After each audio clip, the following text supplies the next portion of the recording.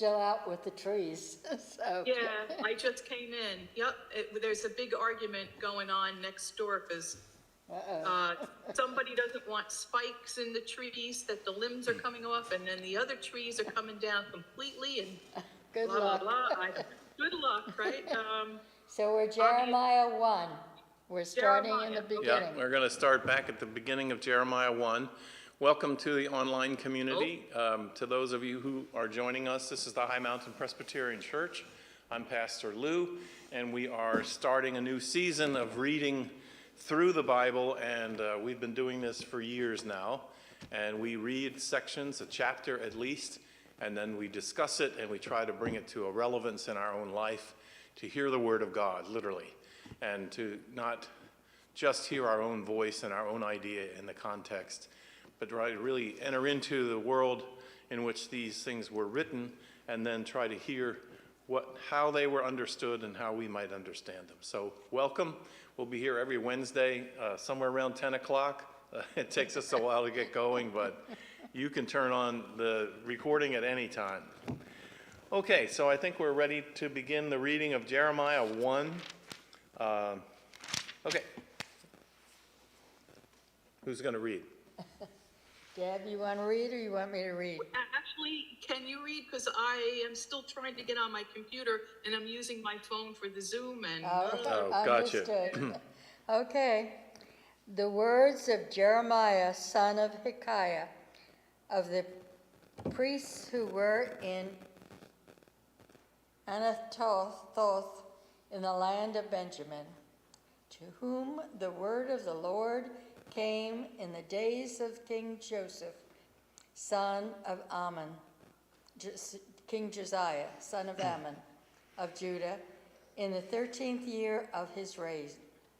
It came also in the days of King Jehoiakim, son of Josiah of Judah, until the end of the 11th year of King Zedekiah, son of Josiah of Judah, until the captivity of Jerusalem in the 5th month. Jeremiah's call and commission. Now the word of the Lord came to me, saying, before I formed you in the womb, I knew you, and before you were born, I consecrated you. I appointed you a prophet to the nations. Then I said, Lord God, truly I do not know how to speak, for I am only a boy. But the Lord said to me, do not say, I am only a boy, for you shall go to all to whom I send you, and you shall speak whatever I command you. Do not be afraid of them, for I am with you to deliver you, says the Lord. Then the Lord put out his hand and touched my mouth, and the Lord said to me, now I have put my words in your mouth. See, today I appoint you over nations and over kingdoms, to pluck up and to pull down, to destroy and to overthrow, to build and to plant. The word of the Lord came to me, saying, Jeremiah, what do you see? And I say, I see a branch of an almond tree. Then the Lord said to me, you have seen well, for I am watching over my word to perform it. The word of the Lord came to me a second time, saying, what do you see? And I said, I see a boiling pot tilted away from the north. Then the Lord said to me, out of the north disaster shall break out on all the inhabitants of the land. For now I am calling all the tribes of the kingdoms of the north, says the Lord, and they shall come, and all of them shall set their thrones at the entrance of the gates of Jerusalem, against all its surrounding walls and against all the cities of Judah. And I will utter my judgments against them for all their wickedness in forsaking me. They have made offerings to other gods and worshipped the works of their own hands. But you, gird up your loins, stand up and tell them everything that I command you. Do not break down before them, or I will break you before them.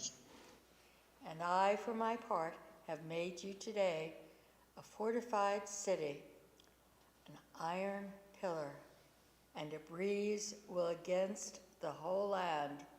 A bronze wall against the whole land, against the kings of Judah, its officials, its priests, and the people of the land. They will fight against you, but they shall not prevail against you. For I am with you, says the Lord, to deliver you.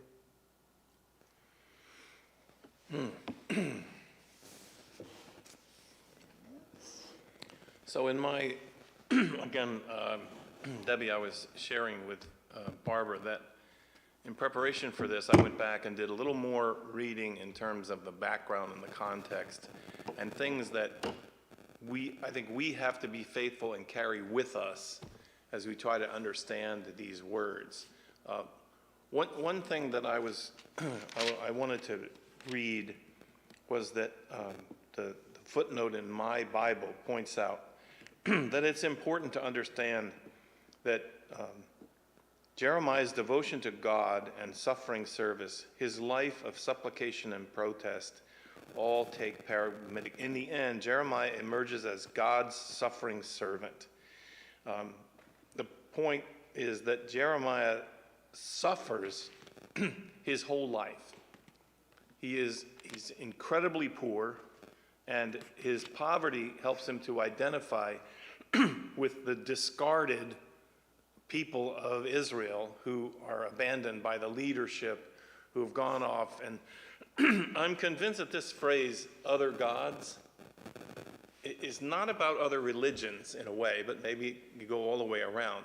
Other gods means other goals. Mm-hmm. And of course, the most common that the nation of Israel gets caught up in is the pursuit of money and power.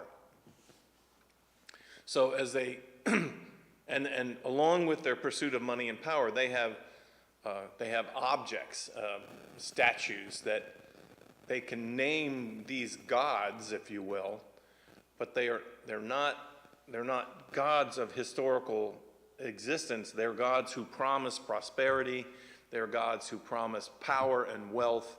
And so Israel, God's nation, which is to be a nation that serves the world, that takes on the ministry of being a blessing to the families of the earth.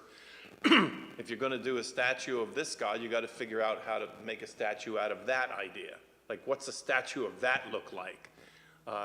Because that is the mission of, quote, the people of God. That is the calling that is upon them, and that's the context in which the promise of protection comes.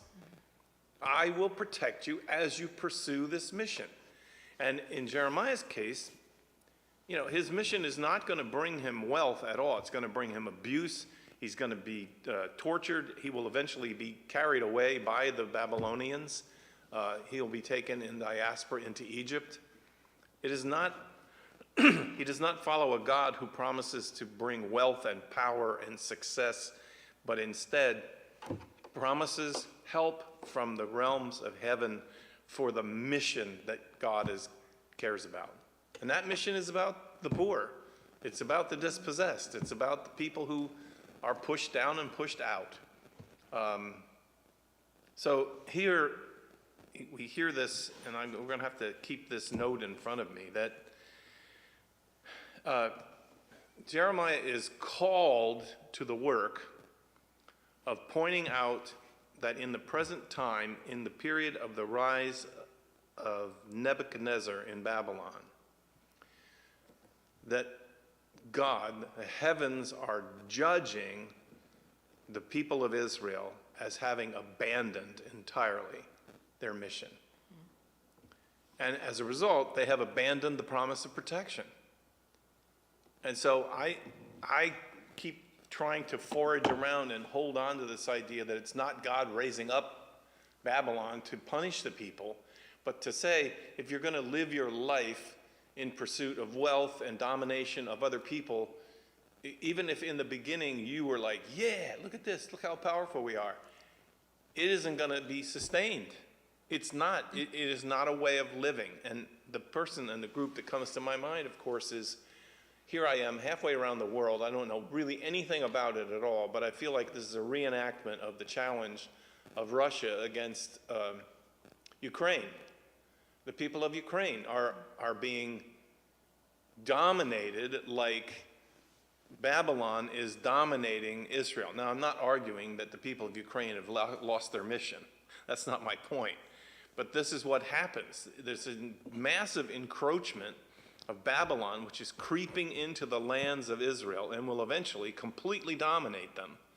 Reminds me of what it must be like to live in an area like Ukraine, where, you know, every day they worry that this big bully nation north of them is going to swallow them up. And Jeremiah comes along to try to help them to make sense out of it. I don't know that I would want to try to do that for Ukraine. I know nothing about Ukraine's history, really. I know their longing is reported to be that they want to be a free people, and they want to be a democratic people, and they want to be a part of the, you know, the protection, the mutual protection that is offered. What's the organization? NATO. By NATO. Yeah.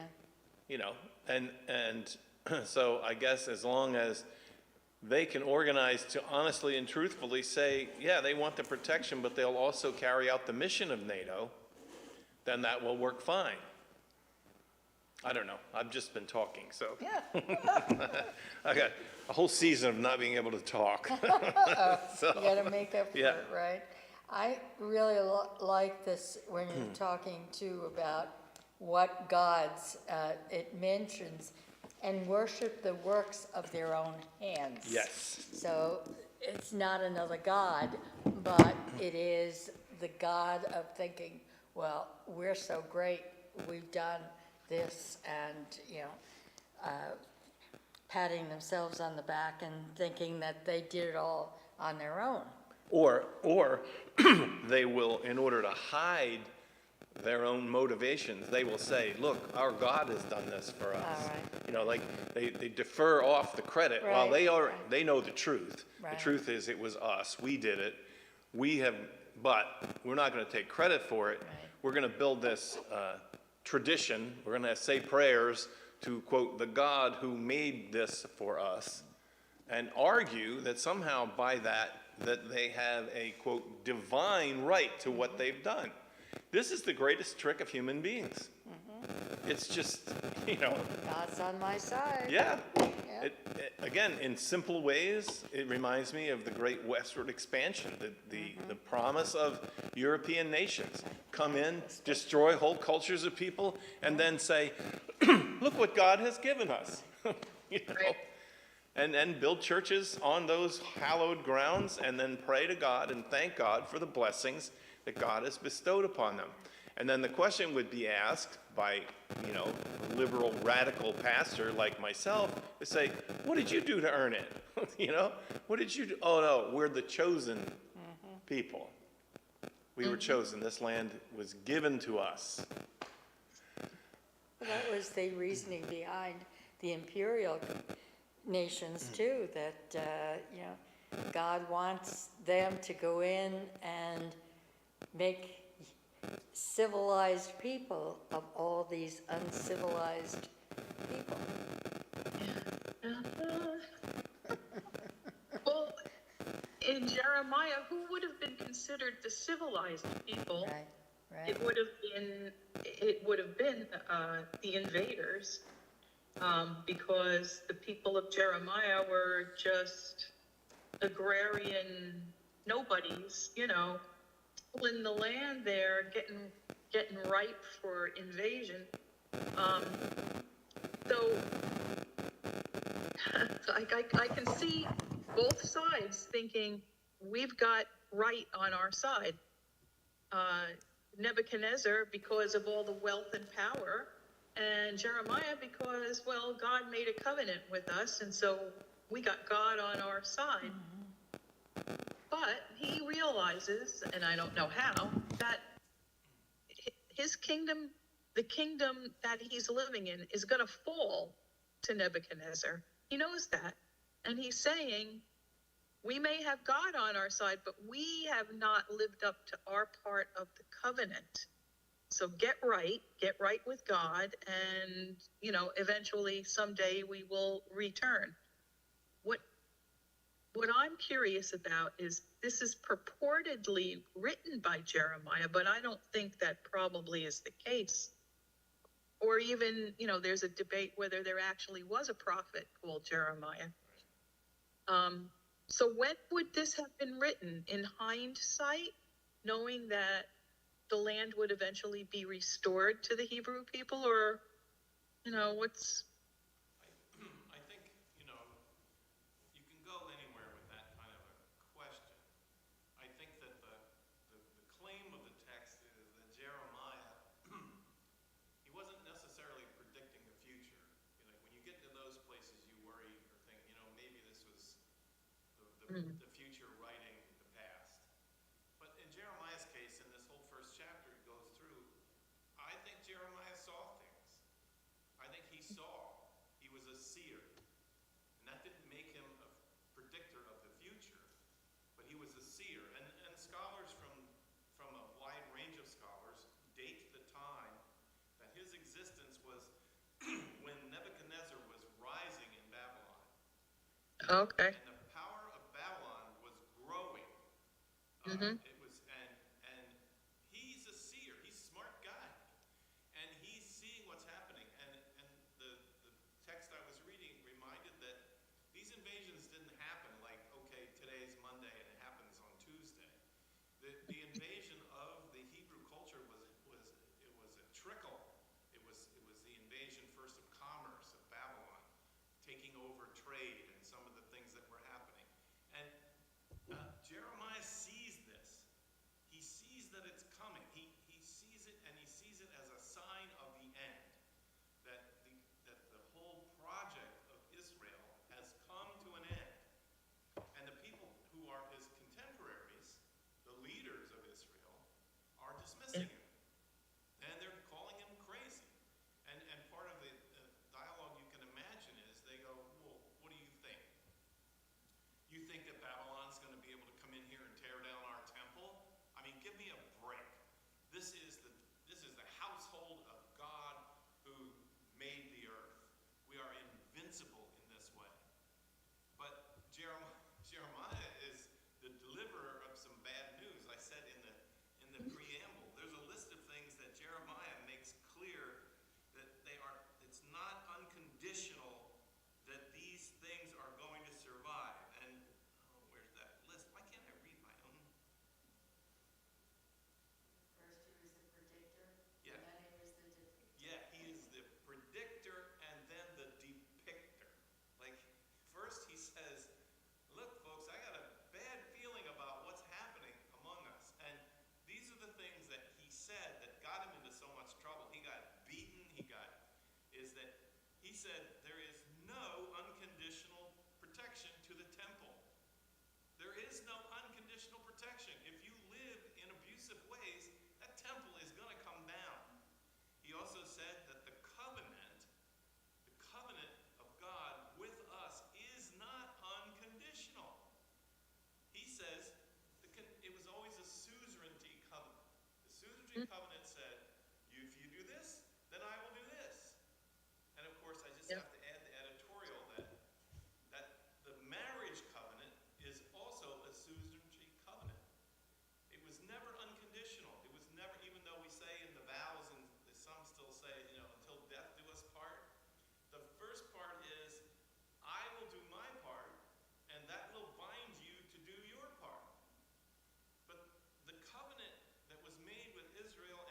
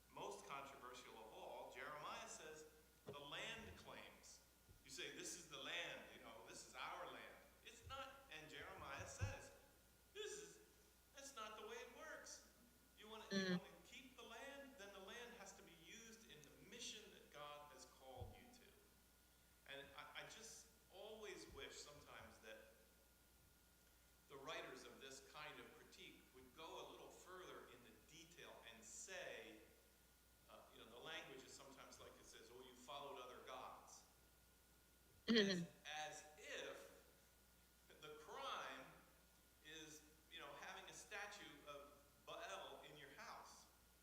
That is not the offense.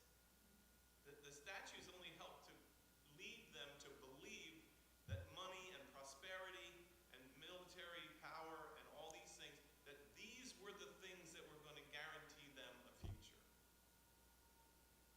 After all, if you see folks coming from the north and they are wealthy, they have power, are those the things that you want to covet? Or is it just this promise that, you've gone through a couple of different kings, they were kind of corrupt, and they're seeking power through wealth and connections, and not the connection to God that was supposed to be there? Well, yeah, that's your God. You're worshiping power and wealth, and you see it. You see it to Nebuchadnezzar, and and I guess they're in such a strategic spot. You got these powers to the south. You've got Egypt always there. You've got these powers to the north. And you're sandwiched in between. I would imagine it would be very tempting to hook up and make covenants with other powers and not God. Yeah. So, But I think that the key for Babylon was, and even for the Assyrians, they weren't interested in enveloping, including the Hebrew people as a part of their culture. They didn't want them. They spoke funny. Like, they didn't want them, but they wanted their lands. And so the Hebrew people are just arrogant. They're ignorant. And they're saying, no, look, we know we've been living for ourselves a little bit. And boy, the history shows that through the various kings, through the whole joke of, David's reign and Solomon and on and on and on, through Hezekiah and otherwise, the existence of Israel became very inward. It was inward. We exist for ourselves. We are here to protect ourselves only. I'm not going to resist the temptation to use contemporary political language. It's Israel first. Israel first. We are first. We're God's chosen people. Israel first. We don't care about our neighbors. We don't care. and who's the Babylon they've hooked up with now? I think it's us. You think? You're right. It's not nice to think of yourself as Babylon, but we're providing them with all the weapons of war that that they ask for, we give. And look what it's doing. Instead of trying to negotiate a peaceful coexistence with your neighbors, and they just turn to us, the big Babylon across the ocean. It's awful. You can make a lot of comparisons. Yeah, and I think when you just said that, a thought exploded in my brain that what if, when you say, well, the Babylon is us, what if it's the spirit of the longing that makes up us, which is the lust for money and power and greed? What if, on the one hand, we exist in the world, kind of like in the mission of the Hebrews and of Jerusalem,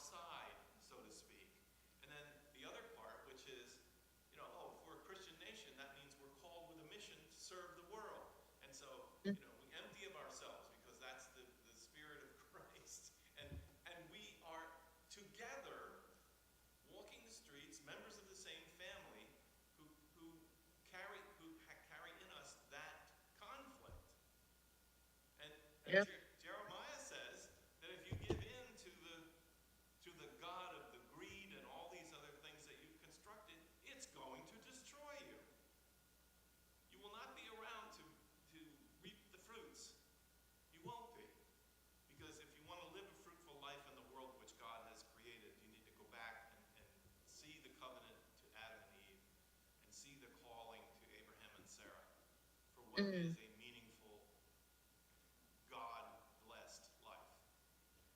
Being a blessing to others. There you go. I was Yep. also thinking in terms of, I was at a lecture yesterday done by an environmental psychologist, which I didn't realize there was such a thing. And he just brings to mind the idea that we think that the earth is for us, and for us, you know, we are entitled to whatever we need from the earth, and not thinking about how does it impact others and how does it impact the future. And, you know, basically that's what we're talking about, is people living for today, for themselves, and not seeing consequences, either for others around them or for future generations. And there's so much, now I see it, there's so much potential to live differently. It's not like, oh, we have to consume all this, we have to go down and take out the oil from under the earth, because otherwise how are we going to be warm? You know, how are we going to get around? When the mind is given to it, you know, there's so many other ways we could go, that as long as we put the guardrail around the earth, that, you know, like when you're saying that, I'm remembering that how many Psalms say, the earth is the Lord's. The earth is God's. This earth belongs to God. It does not belong to us. And Right. this, back in the story of the Garden of Eden, the misinterpretation of the mission to Adam and Eve, which was, you know, you are to be the custodians of the earth, the stewards of the earth. But the idea was then that this garden, by the way, this beautiful garden, is doing fine on its own. It just needs a little tending along the way, and that's your job. But over the years, the theology transformed itself to say that human beings, males and females together, are the lords of the earth, that the earth is ours. And we've been living like that. We've been living as if it is ours. That these creatures and these tender balances, every time I think about this, I think about this. The scientists are telling us the earth in its wonder and its majesty is created by a God who, first of all, celebrates relationships, and that those relationships are tender. They're balances, and everything finds its place in balance, and then along comes human beings, you know, with a big scoop, and we just go, oh, give me that, I'm going to take that, and we'll hope that no consequences will come from it. And so Jeremiah's summary thing that the scholars are saying is, there is no guarantee. There is no guarantee of this. You cannot look at, so their list was that Jeremiah said, you know, it was the temple, and it was the covenant, and all these other things, the election and the land claims. You could not, that God is not unconditionally tied to a promise to preserve those things. The earth can be destroyed. It can be. And that's a frightening thing for those who don't want to hear that message, but are immersed in the idea of a powerful God, a God who, you know, who would never let anything like that happen. I'm not one of those people. Miss Pat told me on Sunday that she had gone to some sort of a class over at one of the churches in our presbytery, not too far from here. And when she introduced herself and she told them that she was from Franklin Lakes, the person's comment was, oh, well, we had some friends who used to go there, but they come to our church now because they said that is a really liberal church. And Yeah. you know, And proudly so. and Miss Pat was like, I smiled and said yes. And Right. I think, you know, I'm just old enough, I guess, now to say, I don't think you know how liberal I am. I don't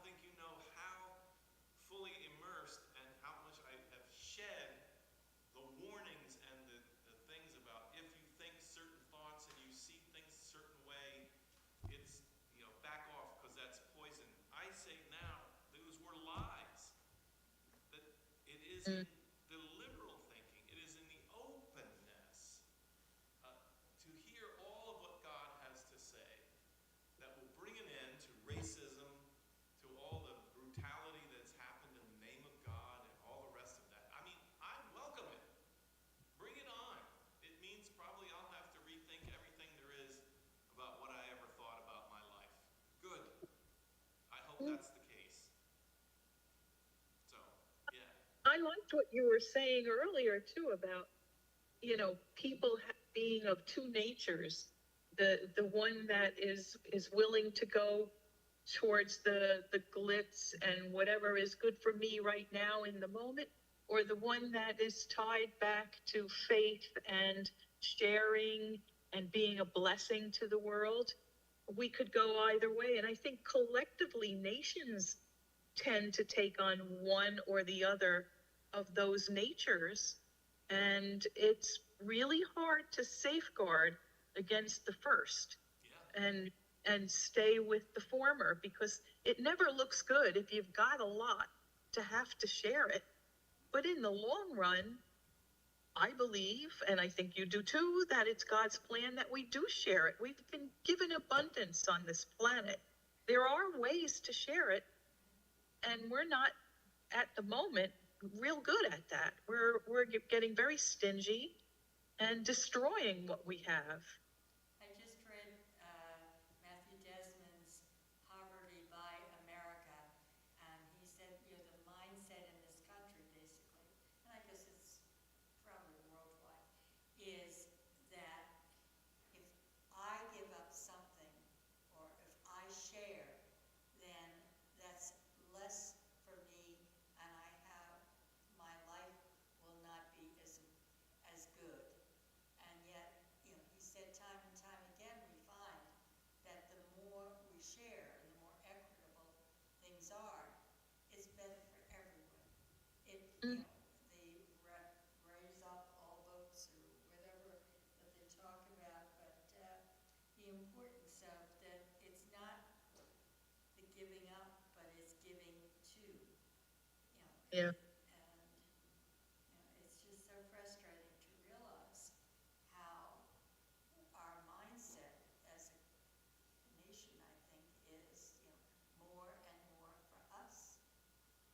Yeah. And not realizing that, because it's always an idea that there's almost so much in the pot, and if I share it with someone else, then there's, I'm going to be starving, or I'm going to be doing, but it's so hard to get over that idea that more is better.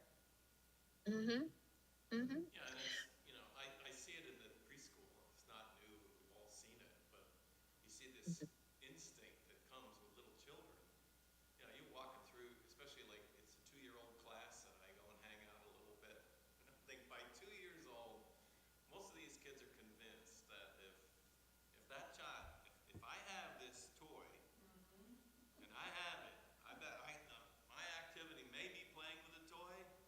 The big part of my activity is seeing to it nobody else is able to come around and take my toy.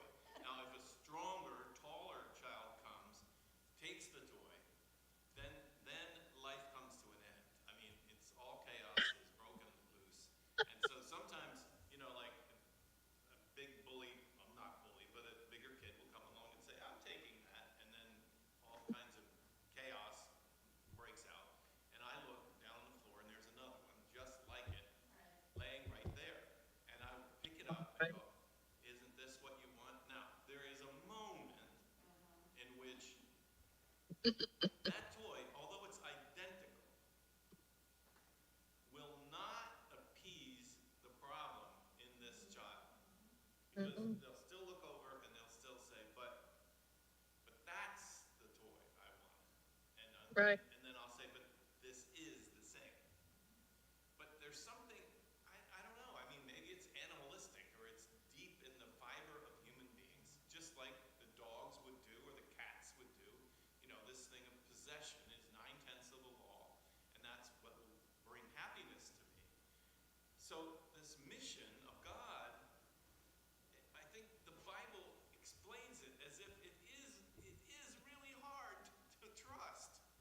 It's hard Yeah. to trust God. It's really hard. And everything in the fiber of who you are is going to tell you differently. And I think the worst part is, let's see if I can get the words together to say what I'm thinking. That this dynamic of sharing and where am I, do I have enough? Do I have a lot? Am I going to be okay? All the rest of it. So I would say that's secular sort of economics, right? But what makes it worse is when you put in a portion of religion. You just pour in a portion of God into that way of thinking and the worrying about life. And you make, so for Christianity and for the United States, this idea, oh, we're a Christian nation and we arrive where we are because of God. Now you've got a problem. Because now you can't access the individual human being quite so much because they're got this armor of God behind them. I'm God's chosen, and God wanted me to have this. I know that's not what they say, but it's often what I hear in the language of people who say, but I'm very blessed. And I want to know, what exactly do you mean by that? Like, Right. what does that mean? It's like, so the justification for all that I have is that God wanted me to have more. And that, aren't I lucky? That's what I hear. And and I don't know what the better way of saying it is, but I want to go, no, I just keep God out of it.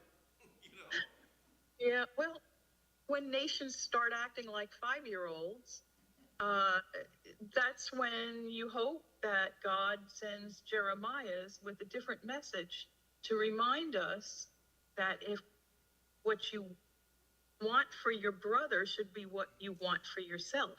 Right. That's the better way.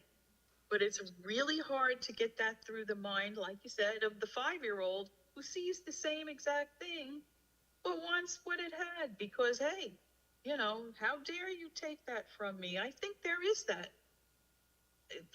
As a nation, we seem to think that if anybody else, how many times have you heard, we're number one?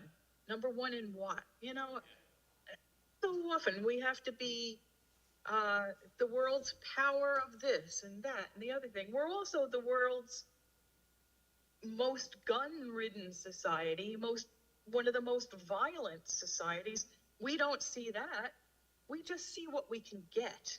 We're like the 5-year-olds. We're not happy with anything else. And I'm not saying we, like everybody, and I think there are those two different ways to think of ourselves as the person who shares and gives, and that's the better way. Or let's hold on to what we got because, we're going to, like Barbara said, you don't want to have less. If you give something away, it means you have less. How do we promote community? I guess is what I'm thinking that, I mean community, not our little community, but just the world community, that we care about each other and realize how much better it is if we work together rather than being the individual that has to do it all by ourselves. And if we can learn how to collaborate with others, that so much more comes out of that. We've had programs here like Peace Corps and other similar programs that were promoted by the government. That was laudable but it was always something lesser than the main mission of the United States. That should have been the primary thought. I think we did well after World War II when we spent a lot of resources and built societies overseas back up, because I think a lot of far-sighted people realized that you do better when everyone does better. But, the temptation again is to okay, hold on to what you got now. Now those other places are getting as powerful as we are. We got to beware. We got to, maybe we're never going to fully realize a selfless society, but. Well, I think, I do think that selflessness will never be popular. But I like the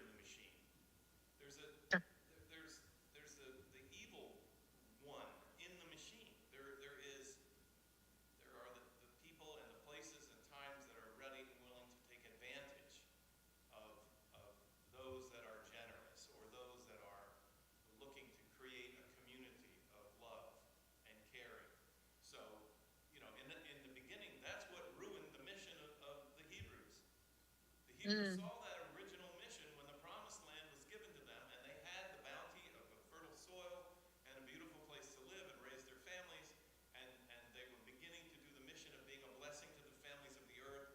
The sojourners would move through the area, and they shared their food. They had decent and fair scales in the marketplace, and it was become known as a place of justice and fairness. And then the raiders from the outside began to come in. They saw there was no defense. There's no army. These people don't have an army. So let's go in and just take the stuff that we have. So it's like that's when, I don't know, the mission begins to fail. And I don't know why. I don't know why the world is that way. But I do believe that God is still steadfast in saying, it doesn't matter. You need to continue to be a blessing and find a way. Jeremiah lived a terrible life. He was tortured and beaten, and in his own way, he continued to live out the mission of being a blessing, trying to speak the truth as he saw it, trying to encourage those that were involved in still rediscovering the mission that God had called him to and that God had called the Hebrew people to. But, like, my question is, why does the world have to be such a dangerous place? And what I was going to say before is, I think that we were talking about the two sides of this, that it's in us as well as in the nation and in the politics.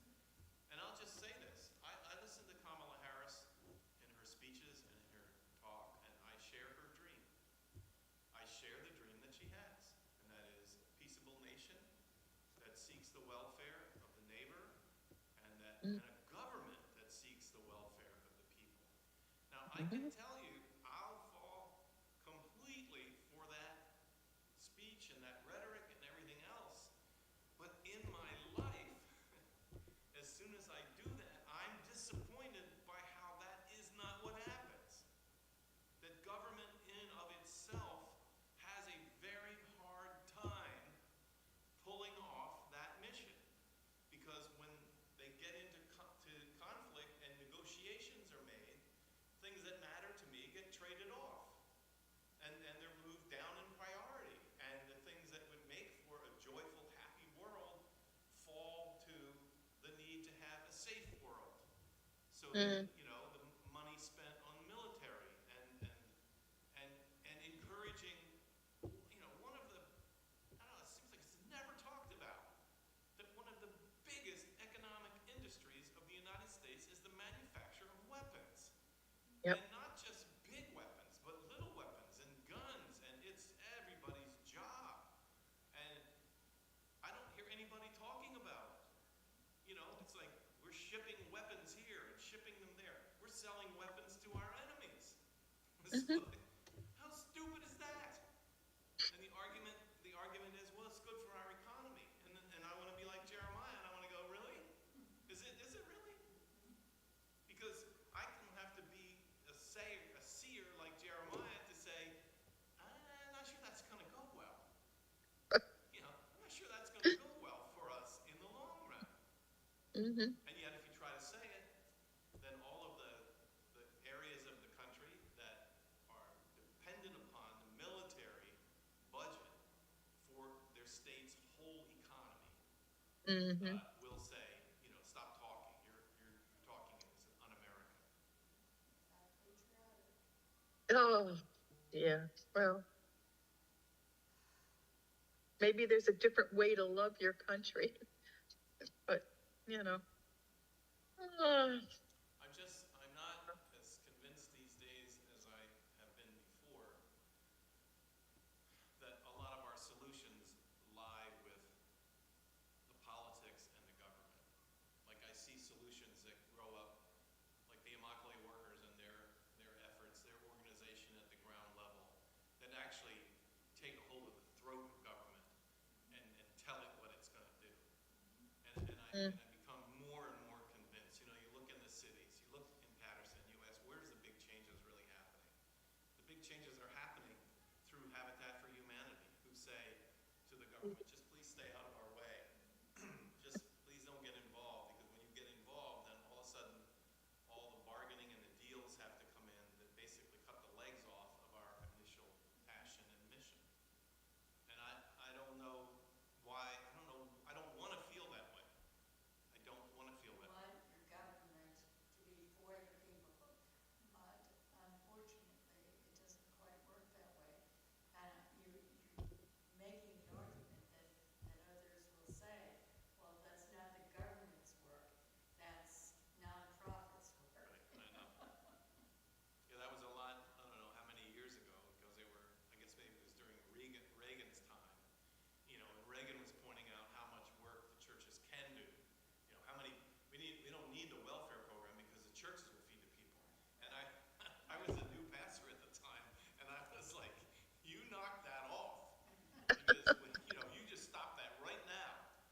Right. Do you know how much work and how hard the whole mission of the church would have to be redirected to feeding the hungry if you were to cancel the social caring networks?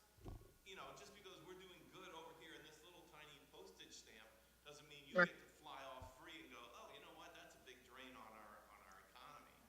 But there are a lot of programs, I must say, that do, there are grants that Habitat gets to go in and fix people's houses, or there's, land that they get, or with the food programs, with the dairy, USDA gives cheese and stuff, so there are ways that it happens. Yeah, I like the granting programs. I mean, I think the grants inspire individuals and the work of the local areas, and then the money doesn't get tied up in all the fingers and hands that come into when the government tries to do it. When they try to actually do it, they're not good at it. They're not. I mean, and in some But ways, it's sort of what's there are- happening here with There are some jobs that only government can do, and it pays to have more of a cooperative nature between nonprofits and the government when you're tackling these kinds of things. Because like you just said, nonprofits can operate, but they're in a much smaller sphere. If the government is being cooperative with the mission of the nonprofits, what can't we do? We can do wonderful things. We can do, yeah. And then we can say, God is with us. But it's hard to feel that way. It's very disappointing because things get all these, well, I'm not going to say one side or the other, but all people in government have to say is God is on our side. And that makes it okay? No. Examine what it is you're doing and be cooperative with the people around you instead of, it seems to me sometimes government agencies have blinders on, they kind of remember what their mission was to begin with, but they get sidetracked along the way, and they're still telling people this is our mission when the people all around them see that is not what you're doing. We gotta have, it's gotta be a collective voice. Otherwise it doesn't work. I think a model that I have lived with and lived through, which I still admire, is one of the most successful parts of the PCUSA as a church is the disaster relief. Mm-hmm. If you look closely at it, people who know that one of the most effective arms of the church in this society is Presbyterian disaster assistance. But here's why it's so effective. Because the U.S. government in disaster has recognized, in a way I don't see it anywhere else, they have called upon the nonprofits, the Presbyterians and the Methodists and the Baptists, and they've asked each of these big institutions, what are you good at? In a disaster, what would you be good at? And so they have a writ of understanding filed with the national government that says, in a disaster, this is what we will do. So, for example, the Mennonite Church has filed a writ of understanding saying, you know what, we build buildings. It's what we do, and we do it really well. And so in a disaster, when housing is destroyed, they call on the Mennonite Church. And the Mennonite Church now has developed a house that they can put on the back of a tractor trailer, and they can build it and install it in 2 days. So they go into these areas, flood, whatever. The American Baptist Church, you know what they're filed as being expert at? I just love this. Their job is mud out, which means before you can start to rebuild, you've got to get the mud out.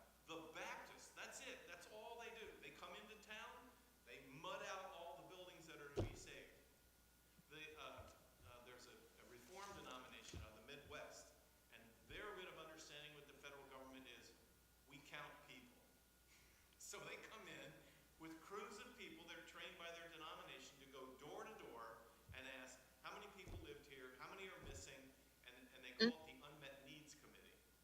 So what I saw in operation was the government had become like the backbone of it, but the government had opened the gates and allowed people to move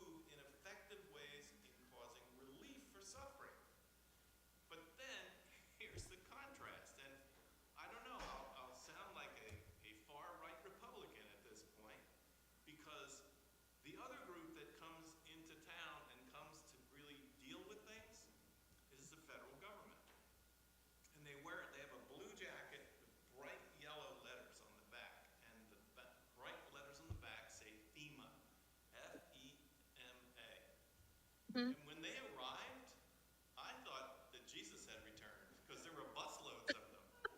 They had arrived in a town and we were in trouble. I mean, we were really in trouble. And here comes the FEMA people, right?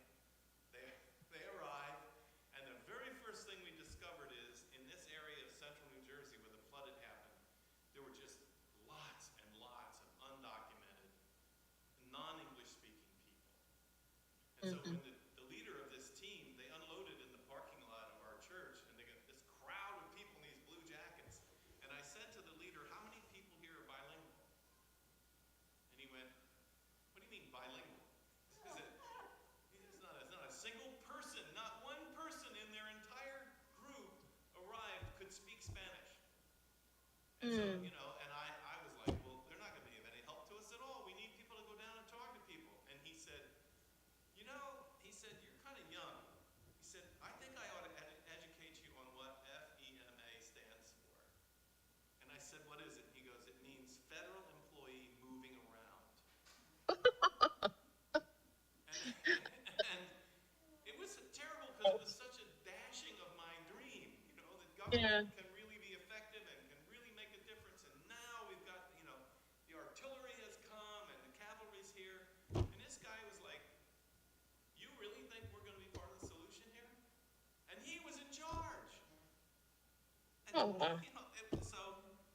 Well, you had resources all around you if you were to be cooperative, if the government recognized all these other resources that you mentioned, it would work much better. Well, And they would get the credit eventually. That's right. They did recognize it.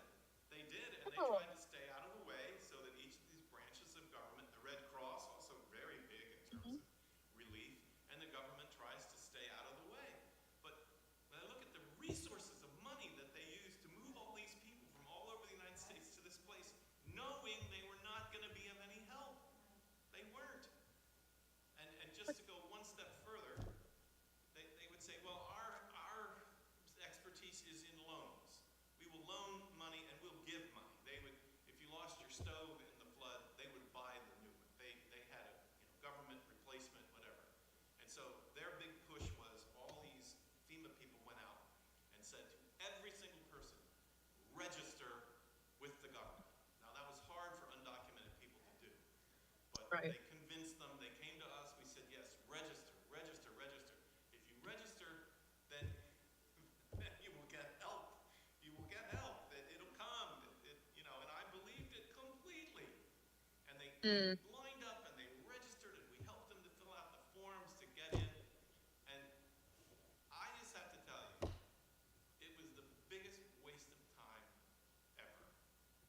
Because A, the funds, they were not really available.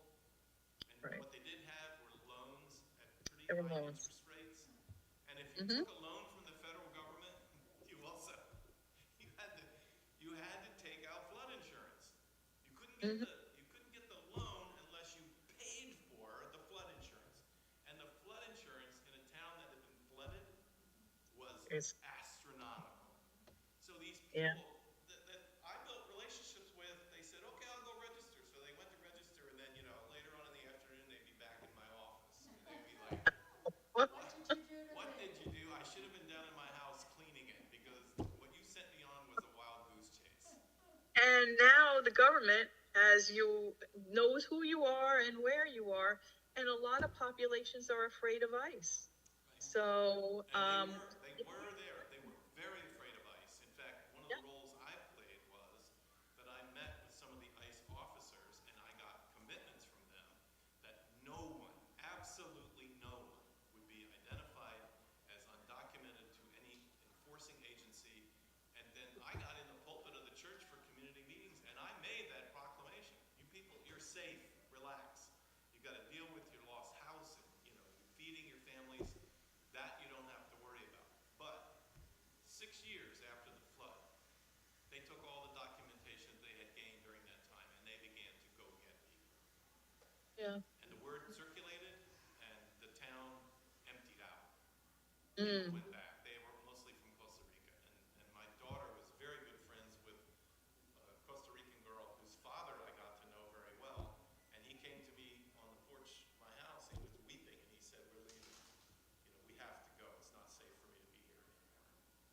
So, I'd say I understand Republicans' worry and fear about government, about what it can do in the good and what it can do that is not good. So, but I prefer the brokers of the dream. I Yeah. prefer the speakers of the dream, that we can do this together. And in the speeches today, that one thing that Kamala Harris says is, you know, leaders lift people up, not Right. tear people down. So,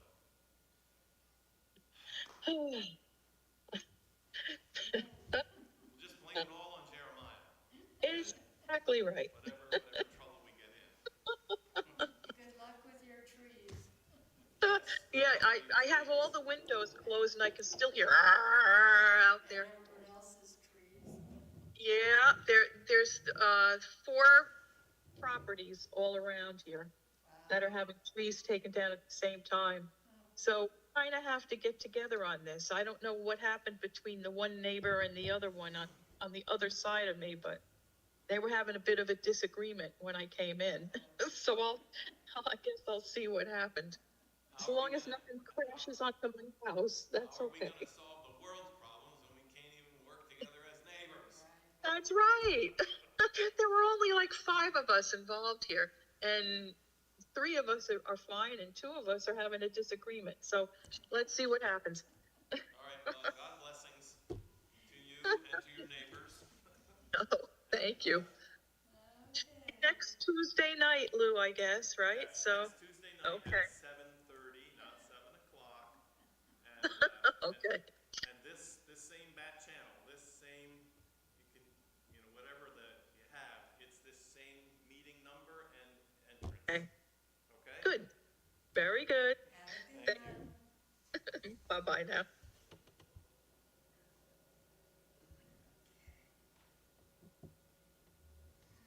Okay, so hopefully he'll be here soon. I have a phone number, so I'll wait a few Okay, few you don't more have to be minutes. here. I mean, I'll meet him and he knows what he's supposed to do, right? Well, to take all the grasses. Now, the other thing that Nancy was concerned about was backfilling it, Yeah, but I don't know if he has anything to do it. And she said once it's done, and I'm going to then get the power washer in, but then she'll determine, because she's got a date for October 5th for the next cleanup, then she'll decide what to plant in there. Okay. But, you know, she was just concerned that